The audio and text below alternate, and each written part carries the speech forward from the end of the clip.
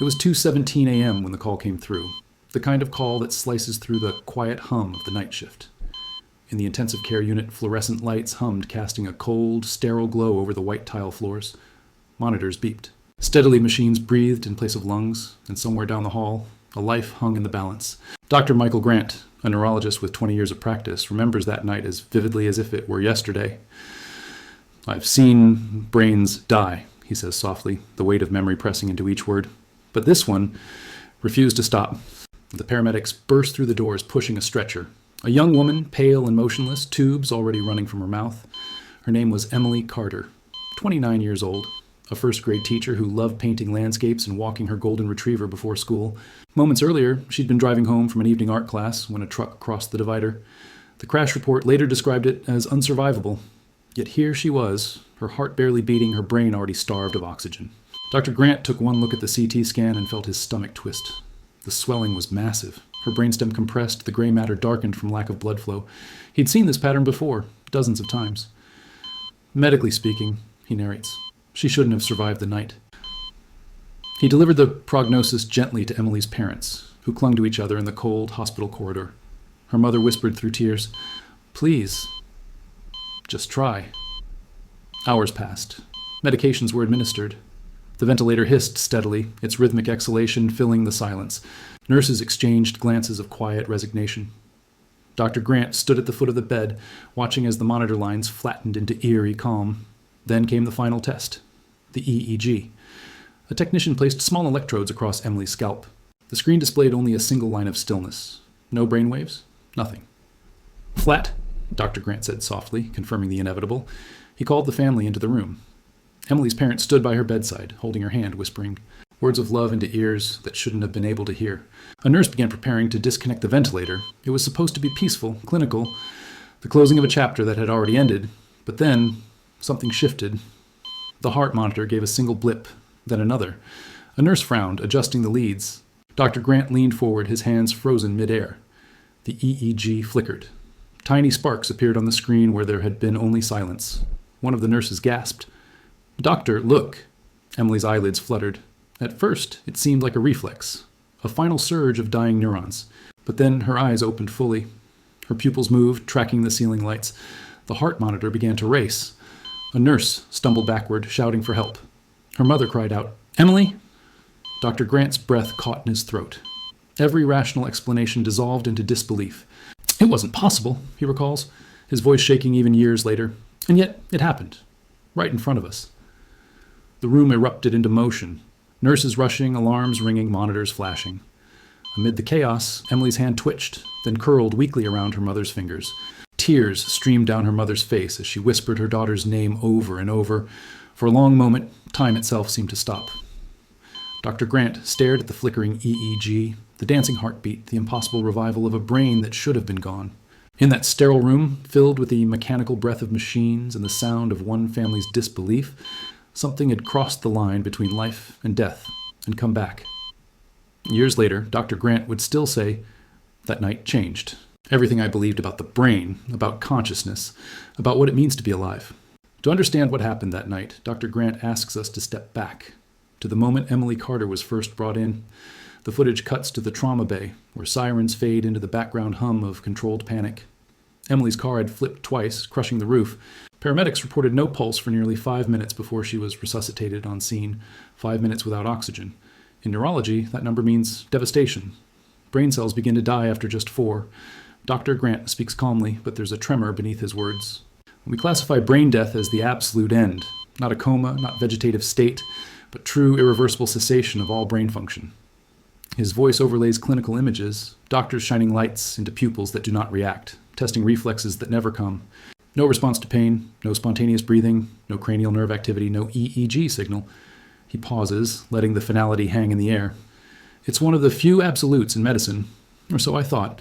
In the reenactment, we see the ICU staff working methodically, the exhaustion etched into their faces. Nurses chart vitals, residents cross-reference notes. The family waits in the hallway, clutching styrofoam cups of coffee that have long gone cold. It is an atmosphere of muted tragedy, professional, procedural, but undeniably human. Doctor.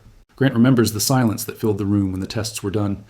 He dictated the words no family ever wants to hear, no brain activity consistent with life. Yet even as he spoke, something inside him resisted. It wasn't science, he says now, sitting in his dimly lit office years later. It was instinct, a quiet voice saying, not yet. One of his residents, fresh out of medical school, hesitated before signing the death verification form. She looked up at Dr. Grant and whispered, "Are we sure?" He told her gently but firmly that they were. It was protocol. The evidence was absolute. But when he left the room that night, he couldn't shake the feeling that he had missed something. The documentary lingers on this moment. A man of science, alone in the quiet corridor, haunted not by superstition, but by a flicker of human doubt. And when you declare someone gone, he says, you carry that decision for the rest of your life. He walks us through the cold logic of medicine. The brain is the command center. When it shuts down, the body is only a machine waiting to stop. That's what every textbook says. But the human mind, he admits, doesn't always obey the textbooks. Dr. Grant's voice drops lower as though he's confessing. We follow the data. We trust the instruments. But that night, the data betrayed me. His words fade under the distant echo of a heart monitor beeping faintly in the background. In that single admission, the documentary pivots from certainty to mystery. The man who once saw the brain as pure biology now stands at the edge of something deeper, darker, and infinitely more complex. The moment Emily's eyes opened, the world inside the ICU seemed to hold its breath. Nurses froze mid-step, monitors erupted into rhythmic beeps, and for one terrifying, awe-filled instant, everyone in the room stared in disbelief. Dr. Grant was the first to move. "Vitals," he called out, his voice sharp, trained for emergencies, yet laced with something else, astonishment. A nurse rattled off numbers. Heart rate 92, blood pressure stabilizing, oxygen rising. Dr. Grant leaned over Emily, flashlight trembling slightly in his hand. Her pupils reacted. Her chest rose, not just because of the ventilator, but with her own shallow breath. "It's impossible," he whispered, his voice barely audible. The camera lingers on her face, looked pale, bruised, fragile, and yet undeniably alive. Her EEG screen, once flat, now pulsed with thin, wavering lines. To anyone else, it might have looked like static, interference. But to a neurologist, those tiny spikes were the language of thought, faint, fragmented, but unmistakable. "Oh, we thought it was artifact," Dr. Grant recalls. "Some kind of electrical noise. But the pattern was too clean, too human." Outside the room, word spread quickly. The night staff whispered to one another in disbelief. The family, moments away from saying their goodbyes, now stood at the threshold of a miracle. Emily's mother clutched her husband's arm, sobbing, afraid to hope. "Is she back?" she asked. Dr. Grant couldn't answer. He stared at the monitors, his medical training warring against the evidence before his eyes. "In all my years," he narrates, "I'd never seen brain function reappear like that. Not minutes after flatline, not hours later, never." The documentary shifts in tone, from sterile clinical detachment to surreal wonder. The sound design softens. The relentless beeps of machines begin to feel almost rhythmic, like the faint echo of a heartbeat returning from the void. Emily's body remained fragile, her movements erratic. Her eyes opened and closed, lips twitching as though she were trying to form words. The nurses exchanged glances, a mixture of fear and reverence. This wasn't supposed to happen. Not in this world. Not according to science. By morning, the ICU was packed. Specialists from other departments came to see her. Some were skeptical, others curious. A few refused to look directly at the monitors, as if afraid their own eyes might deceive them. It was chaos, Dr. Grant recalls, but it wasn't the kind we usually deal with. It was the chaos of not knowing what to believe anymore. News began to leak beyond the hospital walls. Rumors spread. A woman declared brain dead who had opened her eyes, whose brain had somehow restarted. The press called it a miracle. The medical board called for review. But for those who were there, the word that lingered was impossible. As the footage transitions to Dr. Grant, speaking years later, his voice is slower, more introspective. "I recorded everything," he says. "Every scan, every reading. I needed to understand what I was witnessing." The camera pans across his office, shelves of case files, stacks of old EEG printouts, a single photograph of Emily in her hospital bed, her hand entwined with her mother's. Dr. Grant pauses. "If her brain could return from silence," he says softly, "then what does that say about the line between life and death?" The scene fades into slow motion. A close-up of Emily's flickering EEG, each spike glowing like a heartbeat in the dark. Her mother's whispered prayer echoes faintly. "Don't leave us, sweetheart. Please." And then, in a voice that feels both terrified and awed, Dr. Grant concludes, "That night, medicine gave me facts. But Emily gave me something far greater. Uncertainty. Days turned into weeks." The miracle of Emily's return became something quieter, Stranger. She was alive, yes, but not awake. Her body rested motionless in the bed, eyelids flickering now and then, her fingers twitching like faint echoes of remembered movement. To the untrained eye, she looked the same as any patient in a coma. But to Dr. Grant, there was something different, something electric in the air, a sense that her brain wasn't done yet. Her scans shouldn't have changed, he explains, but they did. Every few days, he ordered another round of imaging, CT, MRI, and finally, an fMRI. That last test would reveal the most unsettling thing of all. The fMRI uses magnetic pulses to map brain activity, bright patches of light showing which regions are alive with blood flow and function. In Emily's case, they expected darkness, the cold silence of an organ beyond repair. But instead, there was light. The screen glowed in places it shouldn't. Patterns appeared on faint, flickering, but undeniably organized. It looked, Dr. Grant recalls, as if her brain was reorganizing itself. The visual of that scan fills the screen, a ruined neural landscape, slowly stitching itself back together, like a city relighting one street at a time after a blackout. He explains in layman's terms what the audience sees. The human brain is built to heal, to reroute, to survive. Neuroplasticity. That's the miracle beneath the microscope. When one area dies, another tries to take over. But Emily's scans didn't just show compensation. They showed something new forming. It was as though her brain was rebuilding itself from the ashes. The neurologist at the hospital argued, debated, ran simulations. Some dismissed it as noise, as false positives, but the data was consistent. And then, one afternoon, something happened that silenced the room.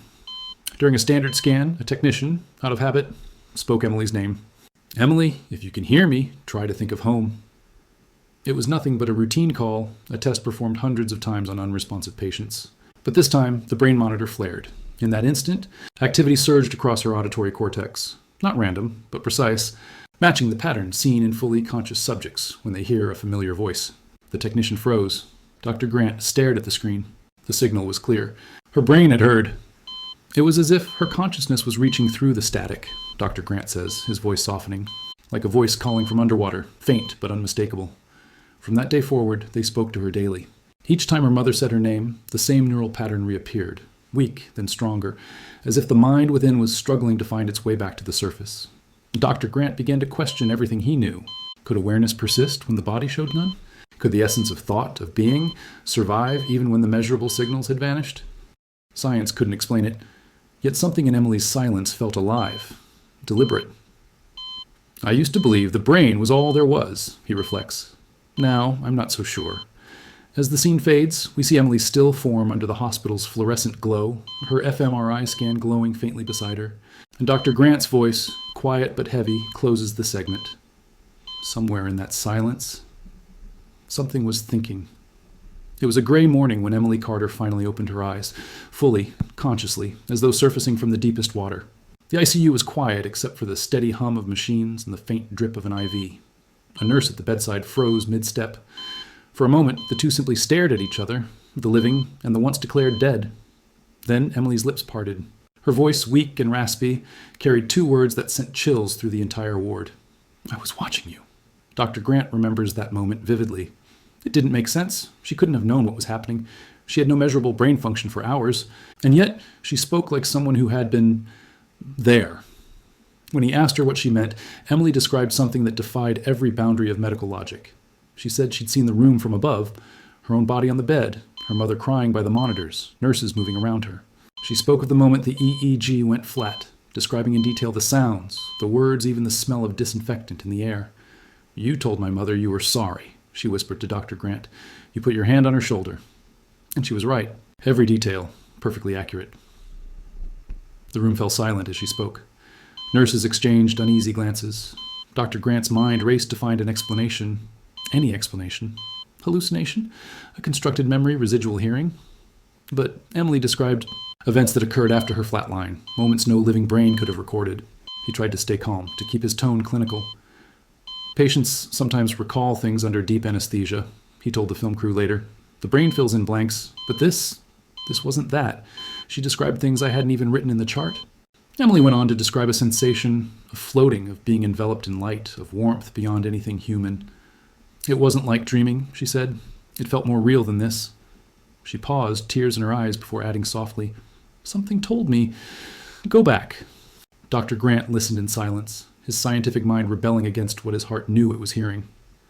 I built my career on neurons, signals, and scans, he admits. But Emily described things no MRI could capture. Her case became the talk of the hospital. Some colleagues dismissed it as neural misfiring. Others whispered about near-death experiences. For Dr. Grant, the lines between faith, science, and the unexplained began to blur. He stopped trying to categorize what had happened. There are moments, he says, when you have to accept that the map doesn't match the territory. The section ends in stillness. The camera focused on Emily's eyes, clear and alive once more. Dr. Grant's voice, barely above a whisper, closes the moment.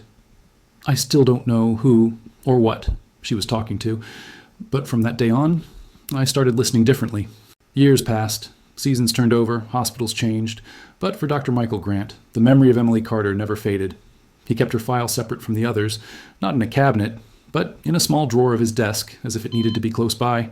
Whenever he spoke at conferences, her case always hovered in the back of his mind.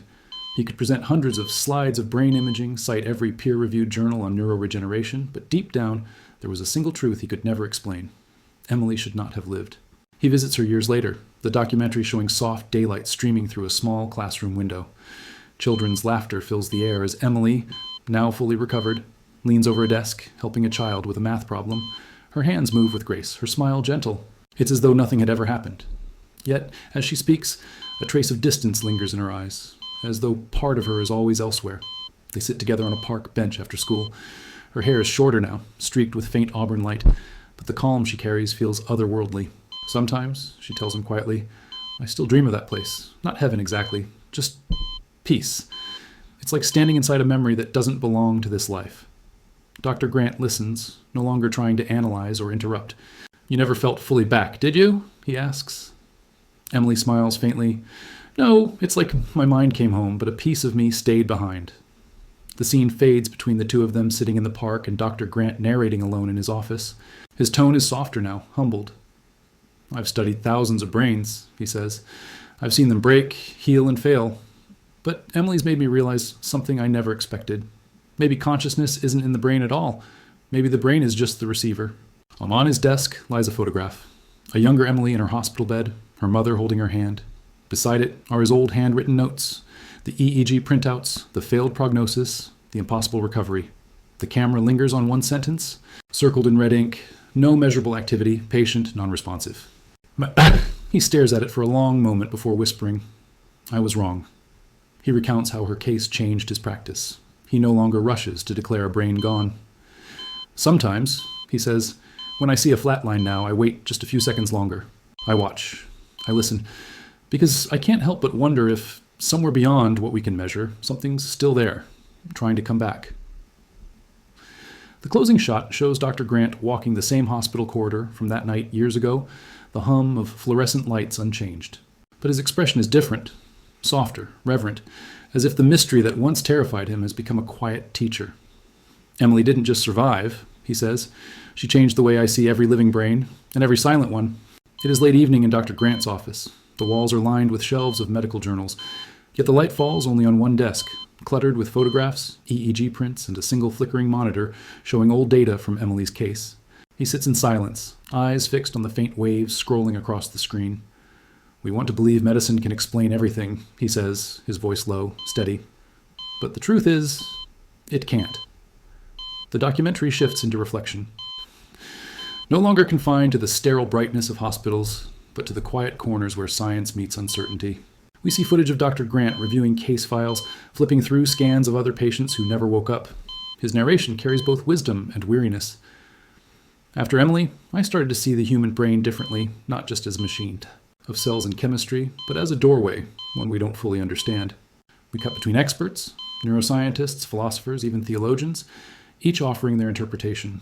One speaks of quantum consciousness, another of emergent neural complexity, another simply shrugs, we don't know. Their guys' faces blur into one another, voices overlapping like echoes in a vast chamber of unanswered questions. Dr. Grant leans back in his chair, eyes tired but searching. We can map every neuron, he says, but maybe the map isn't the territory. Maybe consciousness isn't something we find inside the skull, but something the brain tunes into, like a signal that never dies. The scene transitions to Emily, walking through a sunlit park. The colors are warm and soft, the sound of children's laughter faint in the distance. She pauses by a pond, the reflection of the sky rippling at her feet. The camera lingers on her face, peaceful, present, and yet somehow far away. In voiceover, she says quietly, "Sometimes I wonder why I came back. Maybe it was for my parents. Maybe it was to keep teaching. Or maybe it was to remind someone that life doesn't stop when the brain does." Her words hang in the air, haunting yet comforting. We return to Dr. Grant one final time. He closes Emily's file, places it gently on the desk, and stares out the window. The hospital lights in the distance blink like faint stars. "Every doctor has one case that stays with them," he says. "For some, it's a failure. For others, a success. For me, it's Emily Carter, the brain that refused to die." He pauses, his voice softening into something almost reverent. "I still see her sometimes, laughing, living, teaching, and I wonder when her brain went silent that night. Where did she go? What part of her kept watching, waiting to return?" The music fades to near silence. The screen shows one last image, a close-up of an EEG line, flat for several seconds, then suddenly a faint pulse, a single heartbeat, then nothing. The screen fades to black. Text appears based on the true testimony of Dr. Michael Grant. The faint echo of a heartbeat sounds once more, a reminder, soft and steady, that even in silence, something endures. And then, total darkness. Because some mysteries, Dr. Grant concludes in the closing whisper, aren't meant to be solved, only witnessed.